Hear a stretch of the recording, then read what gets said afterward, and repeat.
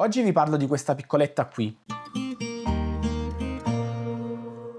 Ciao a tutti, io sono Enrico, qui sul canale porto dei consigli per gestire meglio le vostre fotocamere e poi di volta in volta vi faccio vedere l'attrezzatura che compro per alimentare la mia passione fotografica. Come sempre, se i video che faccio vi possono piacere, vi invito a iscrivervi al canale spuntando la campanellina, ma anche a commentare e a mettere like ai miei contenuti e a seguirmi anche sugli altri canali social come Instagram e TikTok, dove pubblico dei reel più brevi. Bentornati o benvenuti sul mio canale. Oggi parleremo di questa luce LED Ulanzi da 40 watt, una soluzione compatta ma discretamente potente per videomaker e fotografi. Vedremo un po' le caratteristiche tecniche, i suoi pro e i suoi contro per cercare di capire a chi può essere indirizzato un prodotto del genere. Partiamo come sempre da qualche caratteristica tecnica. Il nome di questo prodotto, il modello preciso è L023 ed è una luce LED che ha una potenza nominale di 40 watt che possono arrivare con la modalità overclock fino a 50 watt. È dotata di LED cob bicolore con una temperatura colore che può variare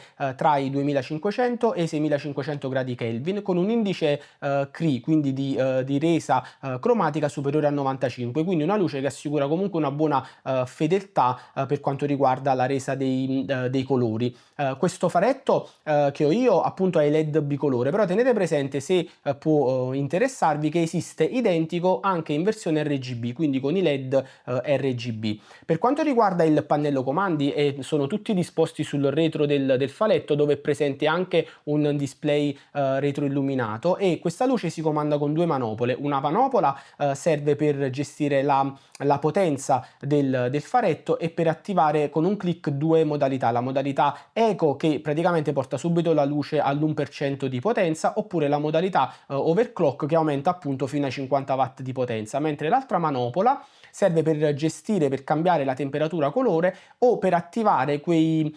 effetti luce preimpostati che sono un po' presenti su tutte le luci simili a questa, effetti che però tra l'altro io non ho mai utilizzato. Per quanto riguarda l'alimentazione, questa luce è dotata di una batteria interna da 3400 mAh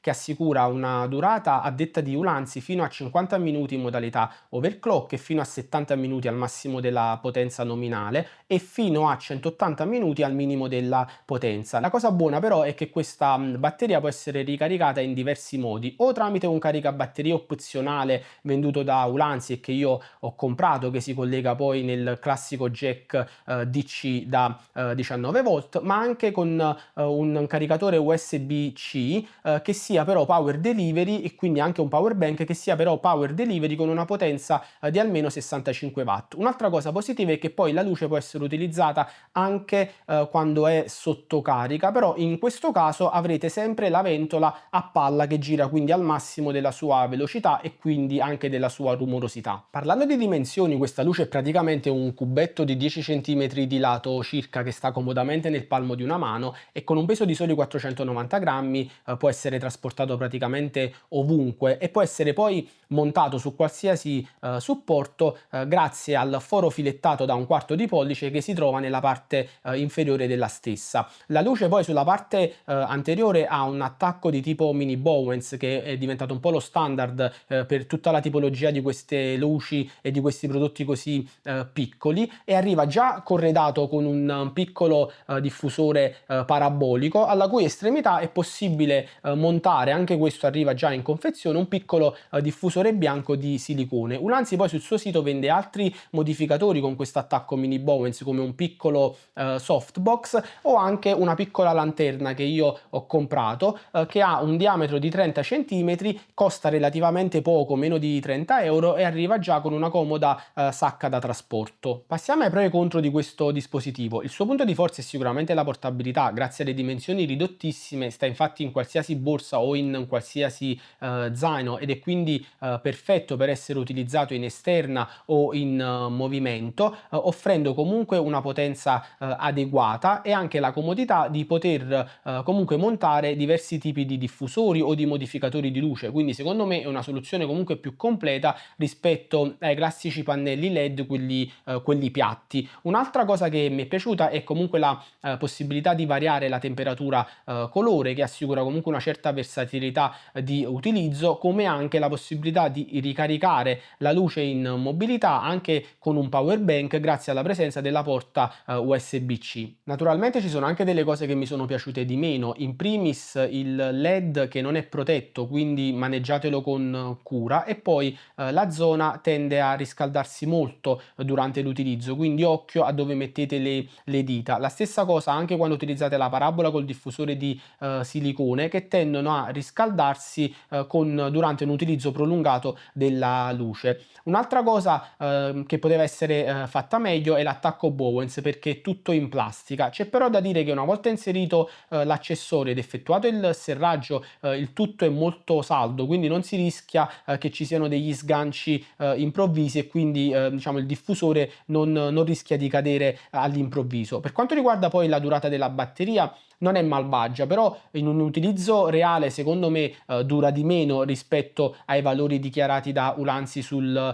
proprio sito. Ad esempio io alcune volte mi sono ritrovato con la batteria che segnava 2 tacchette, ma poi magari dopo pochi minuti la luce si è spenta, quindi occhio sempre all'indicatore di carica della batteria. Io magari quando arriva a un terzo lo metto già sotto carica, appunto per non rischiare che si spenga all'improvviso. Infine la ventola, quando al massimo non è molto silenziosa, quindi vale la solita raccomandazione di prestare attenzione se magari la luce è troppo vicina ad un microfono, perché magari potrebbe disturbare l'audio durante qualche ripresa che state facendo. Per concludere, questa luce secondo me può essere molto interessante per chi cerca ad esempio un prodotto da utilizzare in mobilità e vuole comunque avere la comodità di poter montare ed utilizzare i modificatori di luce grazie all'attacco mini Bowens, oppure per chi ha dei piccoli setup in studio, magari chi fa video su YouTube o vlog. C'è anche da dire che 40 watt effettivamente sono pochi